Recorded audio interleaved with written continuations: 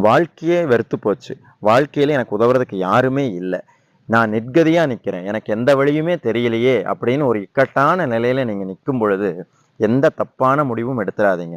உங்களை அந்த இக்கட்டுகளிலிருந்து, அந்த பிரச்சனைகளிலிருந்து காப்பாற்றுவதற்கு ஒருவன் இருக்கிறான். அப்படிங்கிறத நீங்க முதல்ல ஞாபகம் வச்சுக்கங்க. அவன் யார் தெரியுமா? திக்கற்றவர்களுக்கு தெய்வமே துணை என்று சொல்வார்கள், கேள்விப்பட்டிருப்பீங்க. அது மாரி திக்குகள் அனைத்தையுமே தன் கட்டுப்பாட்டில் வைத்திருக்கக்கூடிய ஒரு தெய்வம் உண்டு.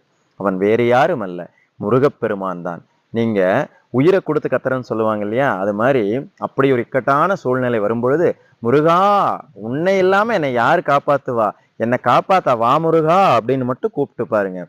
ஏதோ ஒரு வடிவத்துல வந்து உங்க பிரச்சனைய கண்டிப்பா தீர்த்து வைப்பான். "யாமிருக்க